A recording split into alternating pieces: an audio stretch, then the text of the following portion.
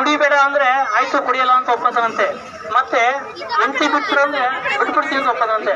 ಆದ್ರೆ ನಾಲಿಗೆ ಸೀಳ್ಸಿ ನರಕ ಕಿಳಿಸಿ, ನಾಲಿಗೆನ ಸೀಳ್ಸ್ಬಿಟ್ಟು ನರಕ ಕಿಳಿಸ್ಬಿಟ್ಟು ಮತ್ತೆ ಬಾಯಿನ ಹೊಲ್ಸ್ಬಿಟ್ರು, ಕುಡಿ ಹೊಲ್ಸ್ಬಿಟ್ರು ನಾನ್ ಮಾತ್ರ ಭಗವಂತ ಹೇಳೋದು, ನಾನ್ ಮಾತ್ರ ಕನ್ನಡ ಪದಗಳನ್ನ ಆಡೋದ್ ಮಾತ್ರ ಮಾಡ್ತೀನಿ ಅಂತೇಳಿ ಒಬ್ಬೊಬ್ಬ ಮಹಾಕವಿಗಳು ಒಂದೊಂದ ರೀತಿಯಲ್ಲಿ ಇದಕ್ಕೆ ಇತಿಹಾಸನೇ ಇದೆ. ನಮ್ಮ ಕೊಡುವಂತ ಜ್ಞಾನಪೀಠ ಪ್ರಶಸ್ತಿ ಮತ್ತು 8 ಜನ ಈ ಭಾಷೆಯಲ್ಲಿ ಪಡ್ಕೊಂಡಾರೆ. ಯಾವುದೇ ಭಾಷೆಯಲ್ಲಿ ಇಷ್ಟೊಂದು ಜನಗಳು ಕವಿಗಳು ಜ್ಞಾನಪೀಠ ಪ್ರಶಸ್ತಿಯನ್ನ ಪಡ್ಕೊಂಡಿಲ್ಲ ನನ್ನ ಬಂಧುಗಳೇ.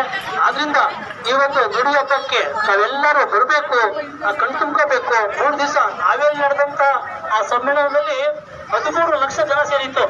ಅದನ್ನ ಮೀರಿ ನಮ್ಮ ಭಾಷೆ, ಯಾಕೆಂದ್ರೆ ನಾನು ಯಾಕೆ ಹೇಳ್ತಾ ಇದ್ದೀನಿ ಈ ಮಾತನ್ನಂದ್ರೆ ನೀವು ಕಿವಿ ಕೊಡಬೇಕು. ಏಕೆಂದ್ರೆ ನಮ್ಮ ಇಡೀ